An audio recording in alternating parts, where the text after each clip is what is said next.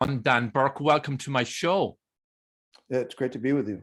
Yeah, you're, I won't say a busy man. You're a super busy person. You've just finished a book. It's out this month. You're running a business, a spiritual retreat. You're giving interviews, talking to the media, and you're doing lots of stuff. I'm always amazed how busy people get a lot of things done very well, and people who are not busy can barely boil an egg. I'm just amazed. So good luck to you. You can probably teach me some lessons here. You're out with a new book, and as I said, you run a spiritual retreat. What's interesting about your book is it deals, on some levels at least, with the demonic, the dark side of life, and with a very special Roman Catholic saint. So tell us a little bit about that, and what can we expect to read in this book? And then I want to get into, the dark side of things, why this should disturb us. Yeah, so I'm Teresa of Avila wrote in the 16th century. She's a doctor of the church, of the Catholic Church. So she's held in very high regard with respect to her teachings. And in her book, Interior Castle, which was her most famous work, she speaks of how the soul progresses toward union with God, and then how the devil interferes and manifests in each key stage to try to inhibit the progress of the soul to heaven. Wow, that's heavy duty stuff. Dan, just let me ask you real quickly, can you come a little nearer to the mic, perhaps? Yeah. Let's try. Yeah, and I can cut this. Yeah, that's much better. Great. That's pretty heavy duty stuff, and it's a lot to understand and digest. Try to explain that to us. Yeah, well, I mean, Teresa presumes, of course, there is a devil. Her worldview is consistent with the Catholic worldview, which is that there are angels and demons are fallen angels who rebelled against God, and then who were cast out of heaven, and now work to try to destroy humanity, any human being, for any reason. And so she is trying to help people understand their tactics and how they work, how they think, and how they influence us, and then how we can fight back in very, very specific ways that they try to deceive us and tempt us to sin. And their strategies change. When somebody first begins to try to walk with God, they work pretty hard to draw them back into sin. As an example, later on, when somebody is really not easily tempted by, things like, worldly success or pornography or whatever, the demonic will change their strategy to entice them to do something good that is not God's will. So she describes a complete spectrum of ways that a person will encounter the devil, and how to fight him off.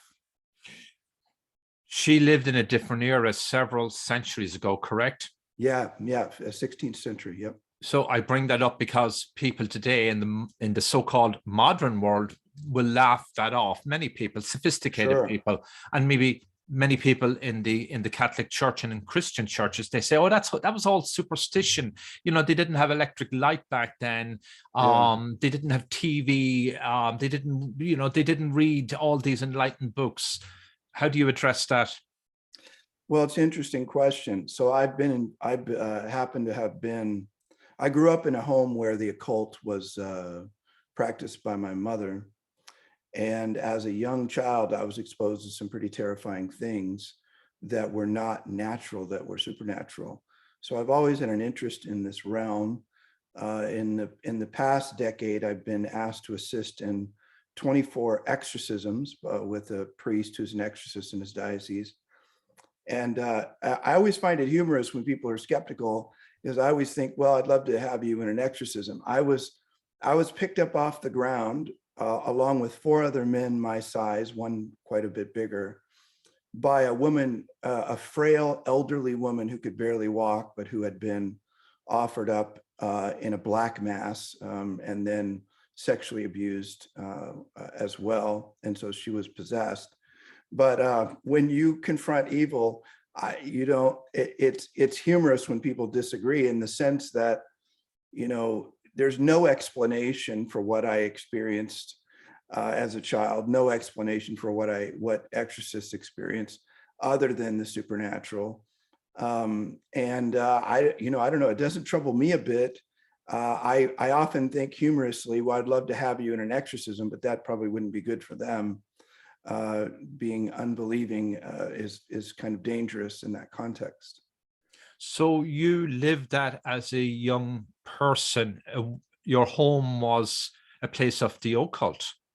Yeah, my mother was involved in all kinds of different occultic activity, like tarot card reading, past lives reading, seance kind of activities. To her defense, she was trying to do what many people are trying to do when they get involved with that sort of thing, is try to make sense of her own suffering, and try to get control of her, the world that seemed out of control. And so, but unfortunately, sometimes when people call in the darkness, something answers. And in our case, something did answer, and I experienced some pretty terrifying things as a child. Could you give us some details on that? I've never really shared any of this publicly. Just being harassed and terrified by visions and by demonic manifestations. It's very hard to explain exactly the experiences, but I can tell you the effect was that I was terrified as a young man, and that, along with other things in my youth, eventually led to me even considering taking my own life. But I actually ultimately when I was older, it's easier to describe. I mean, your listeners or your watchers are going to think I'm crazy, but I actually saw demons manifest in a church service. And it was then that I actually went and sought help myself for the torment that I was going through. Wow. I had no idea of your background before we came on the air, and I'm fascinated by this for a number of reasons, and I know you've interviewed Monsignor Stephen Rossetti, who wrote Diary of an American Exorcist. I followed and listened to your episodes. I also interviewed him for my podcast, and I wrote about his book for the New York Post, and I found him extraordinary and credible.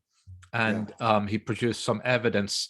I've also spoken to people who claim they have had experiences with the dark side, and I didn't find some of what they said credible. I found it fabricated.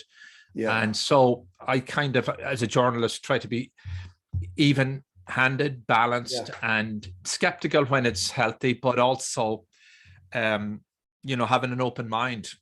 Yes. So I just want to ask you again about your childhood. Was it, and this sounds like an oxymoron, but was it a religious household in the sense that your family went to a church? My father was agnostic. My mother, and they were divorced young. My mother is Jewish. I am Jewish as well. I'm of course, Catholic now, but I'm what you might call a Hebrew Catholic. My stepfather was Catholic, but he wasn't practicing, and he was abusive. So the household was religious. We went to bar mitzvahs, and we practiced. We had Hanukkah, and we went to synagogue at times. So it was a weird mixture of Judaism and popular occultic stuff. It's amazing. And, full disclosure, I'm Roman Catholic practicing. I think within even Christian circles and church circles and people of faith and no faith, that there is a lot more dabbling, if you will, in the occult. Some of it out of entertainment, maybe. Sure. And some of it seeking some kind of an answer to the problems of our lives, and, anxiety or whatever.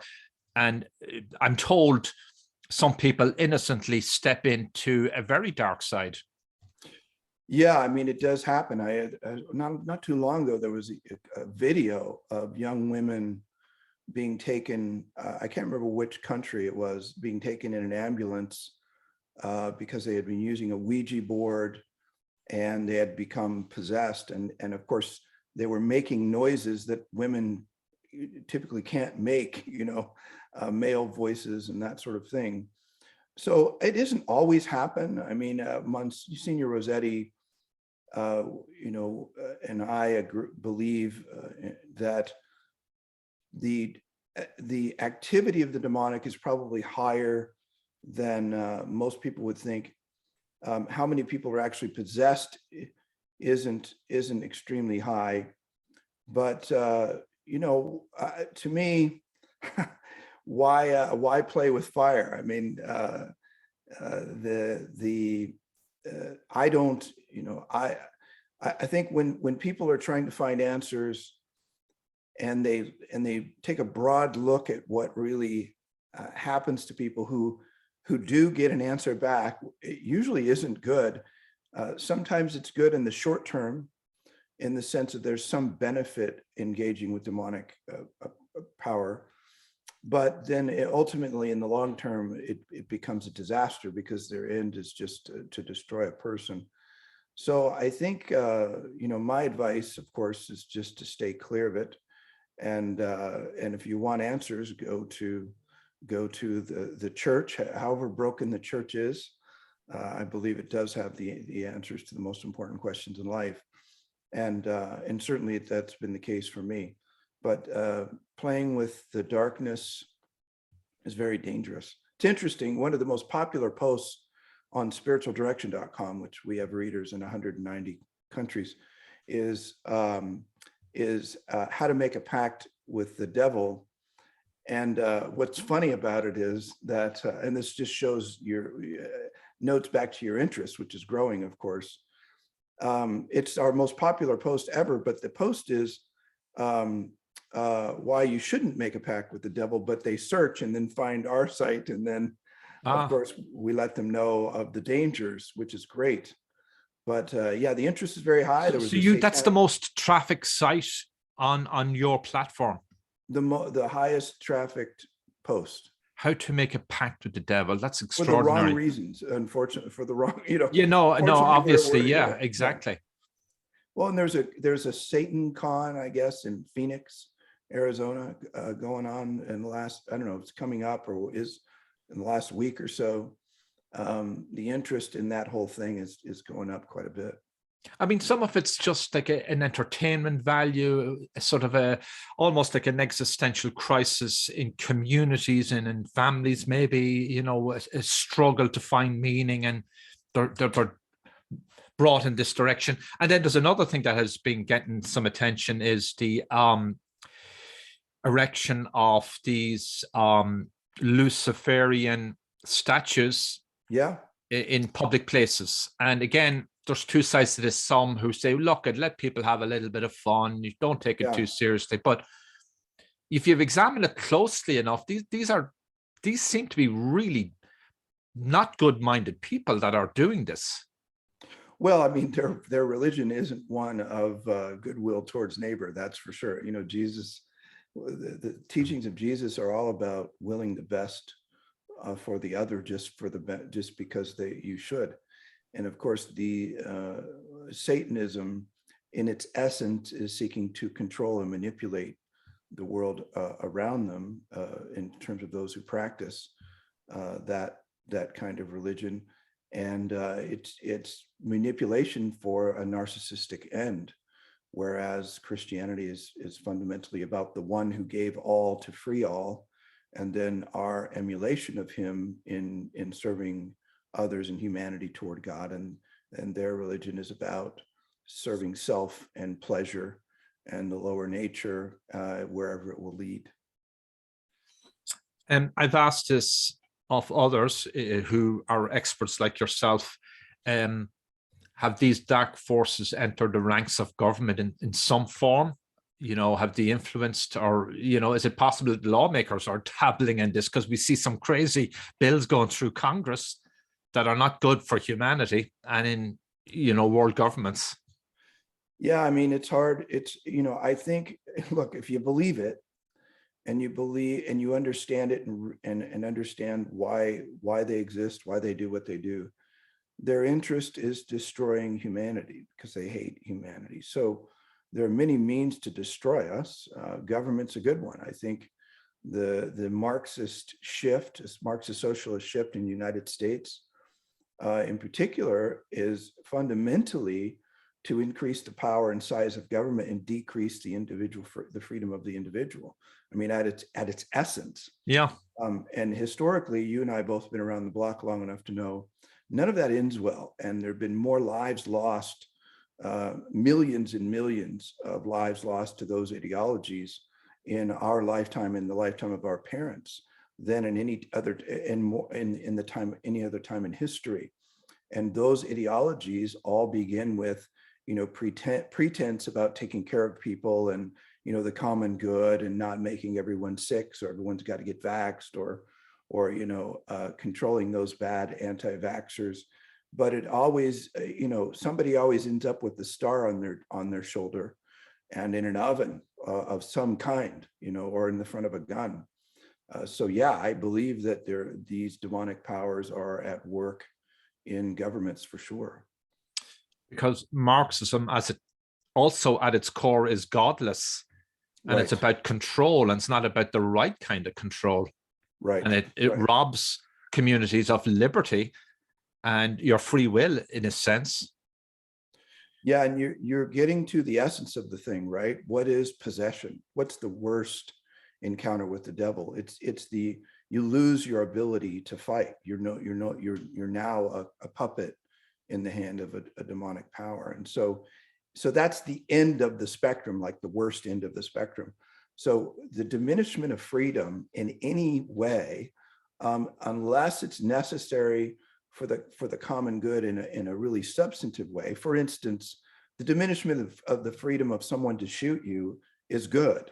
But the diminishment of the freedom to have a gun for somebody who's law abiding is not bad. I mean, it's good to have freedom to be able to protect yourself. So any movement I'm not a libertarian, but generally speaking, any movement toward removing individual freedoms that then get centralized in a government is very scary and just has never worked out in the history of humanity that I'm aware of. Let's talk about your book, because this sort of dovetails into that, right? What we've just spoken about. What I guess your own background drew you to this book. Is that what inspired you? Well, so I was, you know, I had a pretty difficult childhood and was wrestling with whether or not to continue in my own existence because of the suffering that occurred because of abuse and things like that.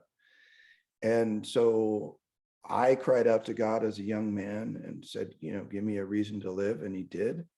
And that was in Jesus. And then I began to read and study about and try to live what it means to be in union with God and to know him and to follow him.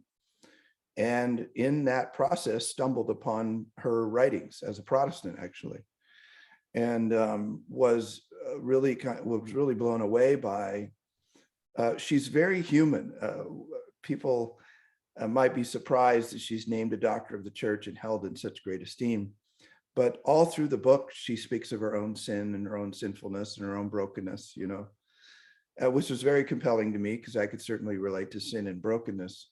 But then she also relayed what it was like to really have what Protestants call a personal relationship with Jesus. Catholics don't use that language, but certainly she lived what Protestants are selling. I don't want to make it sound negative, but she lived what Protestants are proclaiming is the most important thing.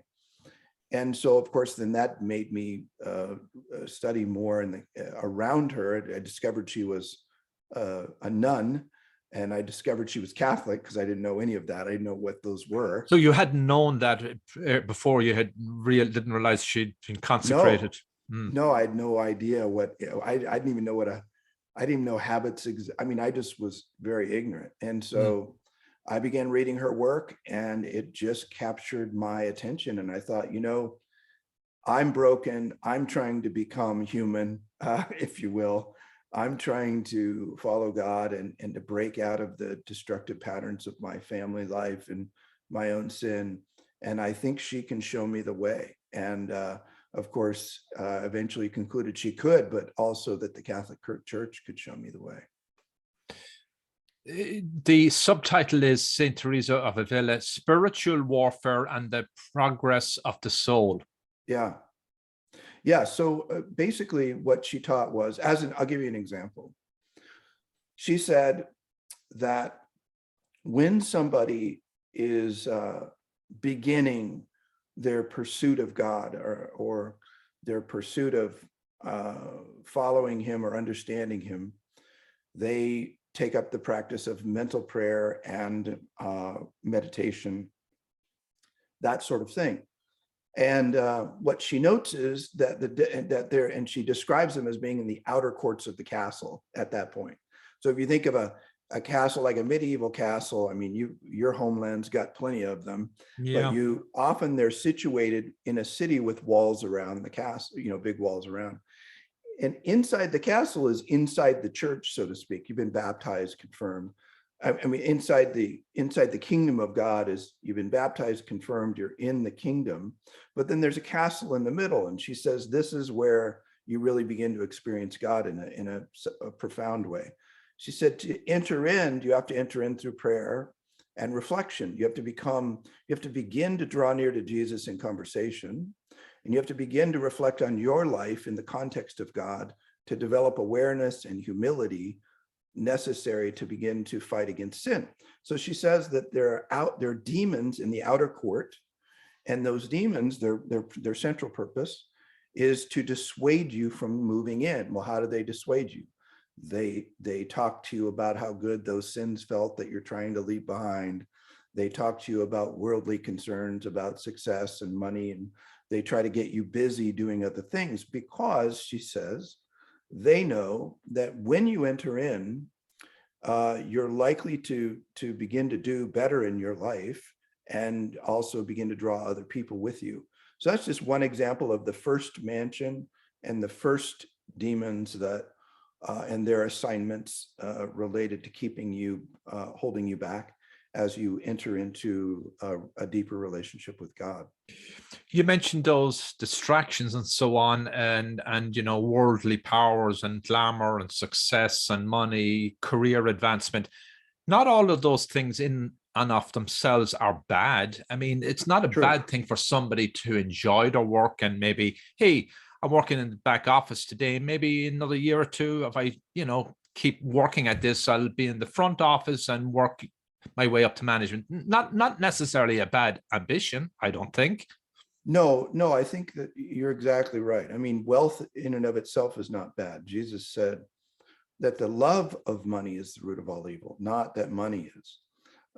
So that's a very important distinction. It's the love. In other words, a multi-millionaire could be great in the eyes of God, but it's how he handles that money that we're talking about.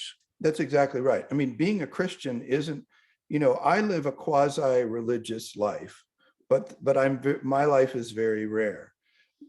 We need people who are people of goodwill, who care about the highest interest of others, who are in government. We need them in business. We need them in every aspect of society, in the medical industries. With Alexis de Tocqueville, you might recall at the beginning, as he came to the United States to examine the beginning of this experiment, said that faith and Christian faith was like the glue that held all of this good that was beginning to emerge in this new free context and government, this democratic republic government.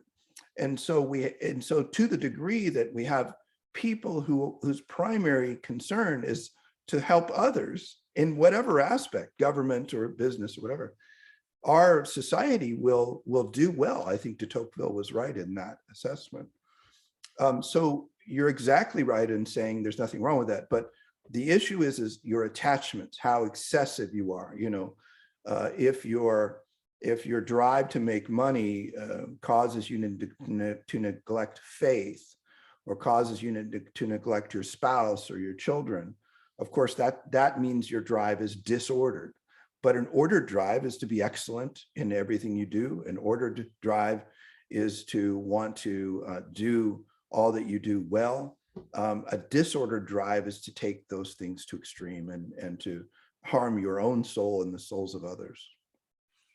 And somebody who's fortunate enough to acquire a lot of money or wealth, or was born into it, has a responsibility, I presume, as a Christian and as a Catholic, to help others less fortunate, correct? No doubt. No, I mean, that's exactly right. And it's a big drive of my own life. We've given away $1 million in scholarships since the opening of the Avila Institute. And the reason we've done it is because I have a passion to help people who desire to know God, to get answers to the most important questions of life, but who don't have the money or the means to do it. I remember we had one student in Nigeria who had to buy gasoline to fire up a generator to turn on his internet just to take courses, but the courses didn't cost him anything.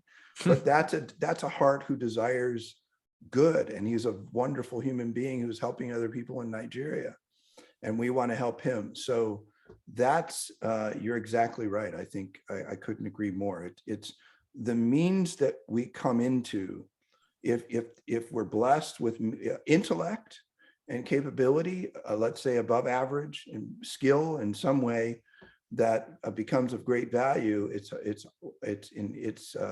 our responsibility to help others, to lift others up. As we've been blessed by God unusually, then we should reach out and help others as well. Yeah, because it bothers me sometimes when you listen to this rhetoric, especially on the extreme left, of confiscating the gains, if you will, the money, the wealth created by, large businessmen, successful families, as if they have stolen it. And it's right. Marxism. I earn it, so I've stolen it, right? Yeah. I get it. Well, all they have to do is study Greece, modern Greece, which just, the entire economy collapsed recently because people had that same perspective over a long enough period where all the money that free markets develop, all the opportunity and the wealth that free markets created was totally collapsed by a socialist ideology, because you remove the motivation of individuals to succeed because the state becomes your daddy. And then everybody sits around until the money dries up, and then they go, wow, what happened? So, I mean, I don't mind saying socialism is profoundly stupid. Marxism is profoundly stupid. It doesn't even in the end work for Marxists. Their governments a few people end up in power for a while and do what they want, and then they usually end up with a bullet hole in their head from one of their own. Yeah, well, we've seen the folly of it all over the world. You were guided by St. Teresa of Avila's masterpiece, The Interior Castle. That was your guide. Yeah. And I'm wondering, does that offer us a clue to her own background? Sounds like she came from aristocracy. No, it's an interesting question. I don't think that that's true. If I were to, and I've never really thought about the which is not, by the way, to disparage her, but she wasn't. She came from a moneyed family, if you will. Well, Spain was at the time the superpower of the world in terms of money and that sort of thing. I don't recall the family being extremely wealthy. I could be wrong and happy to be corrected, but I see them more as like a middle class kind of family, having to deal with, normal challenges. But no, I mean, she certainly traveled among aristocracy because there were people of faith in power who had an interest in understanding the great teachings that she had. And, in her day, she established 17 convents across Spain with no, motorized vehicles, air conditioning, cell phones, in a very short period of time, because she only had her major conversion, I think, when she was 48. So it was late in life. But she rocked that world and became renowned. And so although it's interesting. So let me get that again, Dan. She had her conversion when she was 48. She'd been a nun for a long time before that, but she only began to practice mental prayer later in the convent, which sounds a little strange, but that's what happened to her. She read a book by Francisco Osuna, who was a Franciscan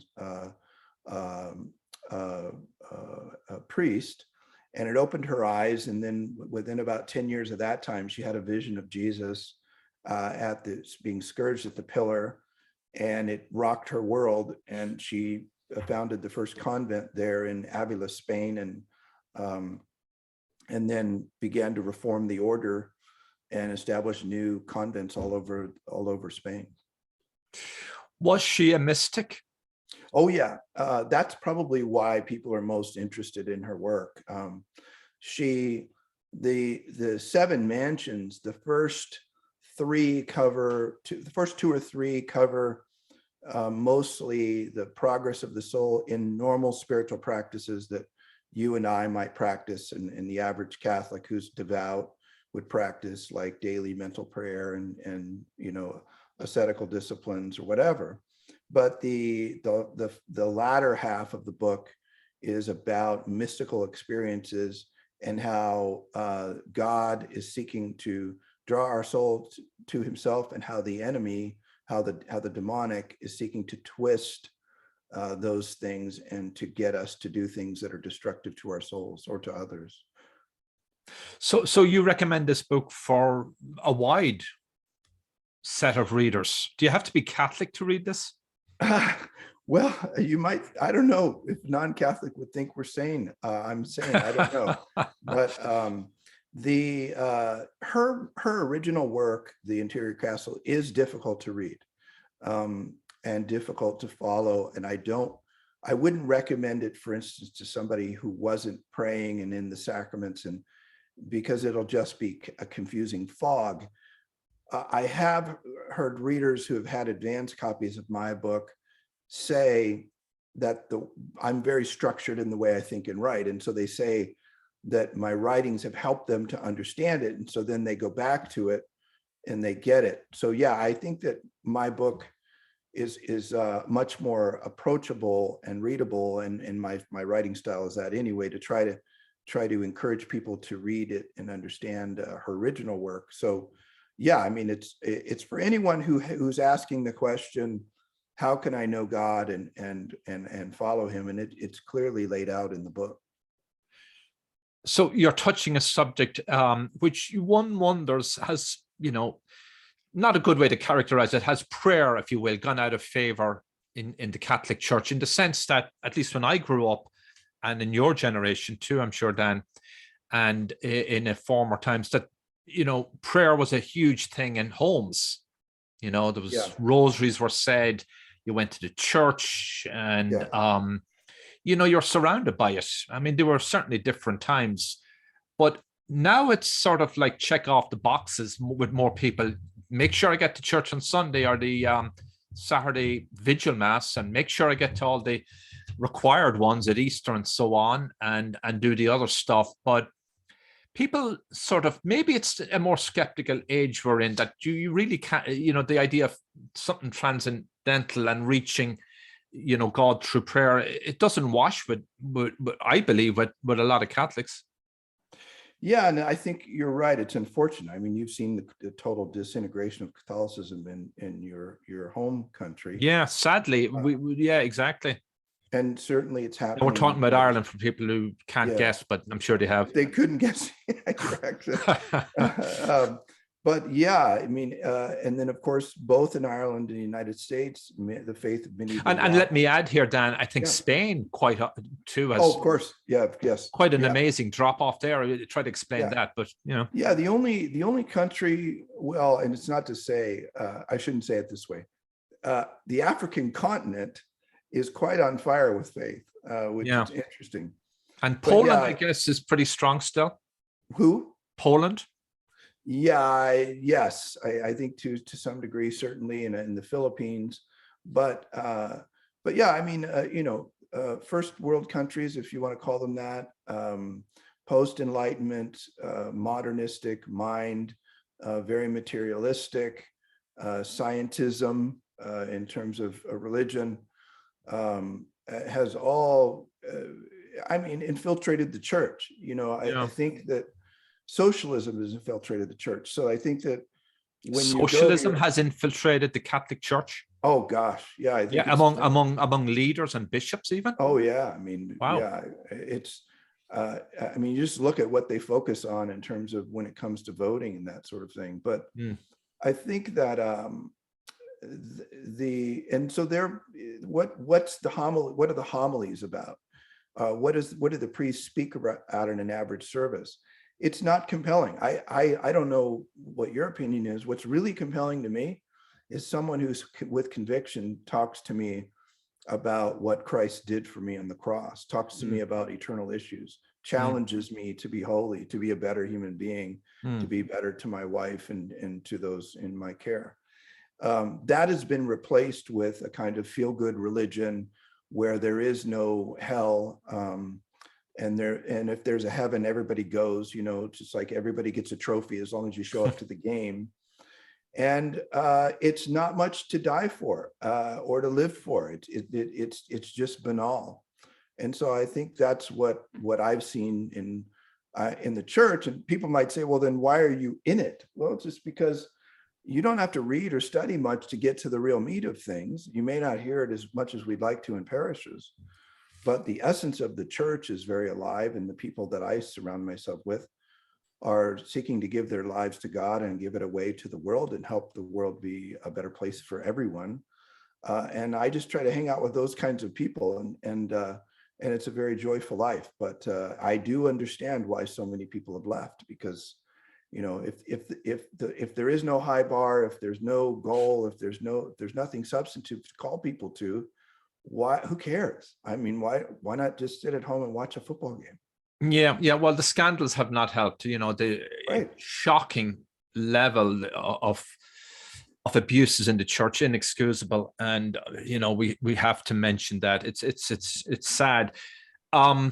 You also, besides having this book out this month, Devil in the Castle, Saint Teresa of Avila, Spiritual Warfare and the Progress of the Soul, which is published by Sophia Institute Press. Yeah.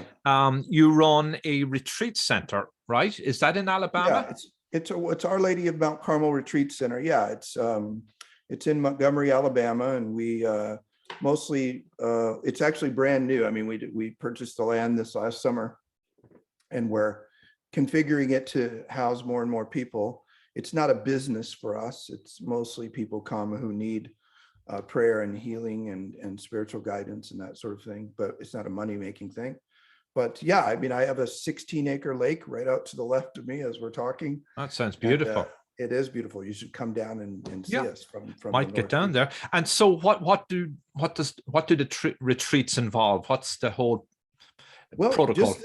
Just this kind of conversation. It's a lot of people come very burdened.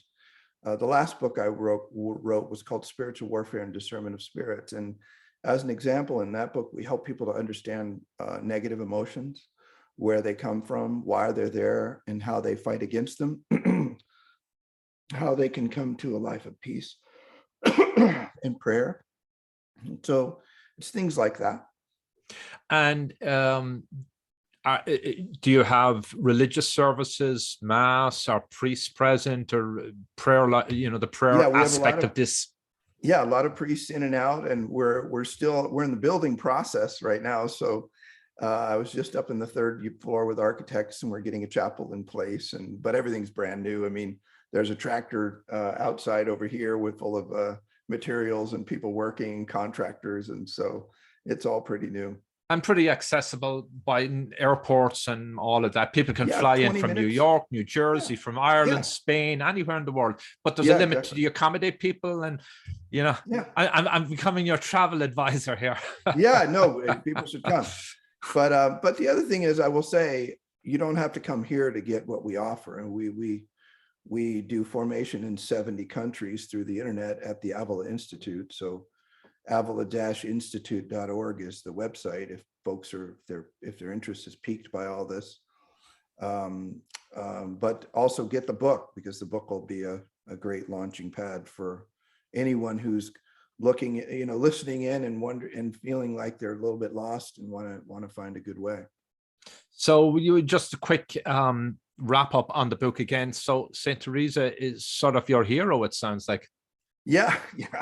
I dedicated it to two women I love, her and my wife, because I think she helped me to come to the church, and I think that it would do the world and the Catholic Church a good if she was reintroduced and people looked into her life more, and the way she lived, and the one to whom she led hundreds of thousands, if not millions of people since she wrote in the 16th century. So yeah, most definitely a hero. And she sounded like a very bright, intelligent, and I'm guessing well-educated. She wrote The Interior Castle, which is complex. Yeah, well, it's interesting. She wasn't well-educated. She was very bright, though. I don't know what to attribute to miraculous intervention of God in her own intellect, but if I were to judge it purely on human terms, she had to have been a genius, because in that time, women did not have privilege or the ability to do what she did, and she seemed to twist every man in authority around her little finger, and manipulate them to get whatever she needed to build her convents and help people to heaven. So I think even a feministic mind of our time would look at her life and be quite blown away and moved by how she had the world at her fingertips when she was in her heyday. Yeah, there must have been some divine intervention. Look at the distance she traveled to create all those places, like the apostles. You hear, they were over in the Middle East, and one of them ended over in Spain or something. I mean, I can't imagine anybody walking that much today, In Africa, of course. Yeah, they must have been sort of floating on air and taken in by somebody above, I guess. There you go. So the book is out this month, and where can people and listeners get copies? Where can they order? Probably the easiest thing to remember is spiritualdirection.com. And then there's a little shop button at the top of that page, or you can do /shop, and you'll find all the books I've written there, plus this one. And if they want to learn more about you, website, any other information you want to give out here, Dan? I think spiritualdirection.com is the best place for folks to go. It's a doorway into everything else we do. Well, Dan Burke, this has been fascinating, interesting, uplifting. And thank you for being on my show. Well, I'm grateful you had me, and blessings to you and all your good work. Thank you, Dan.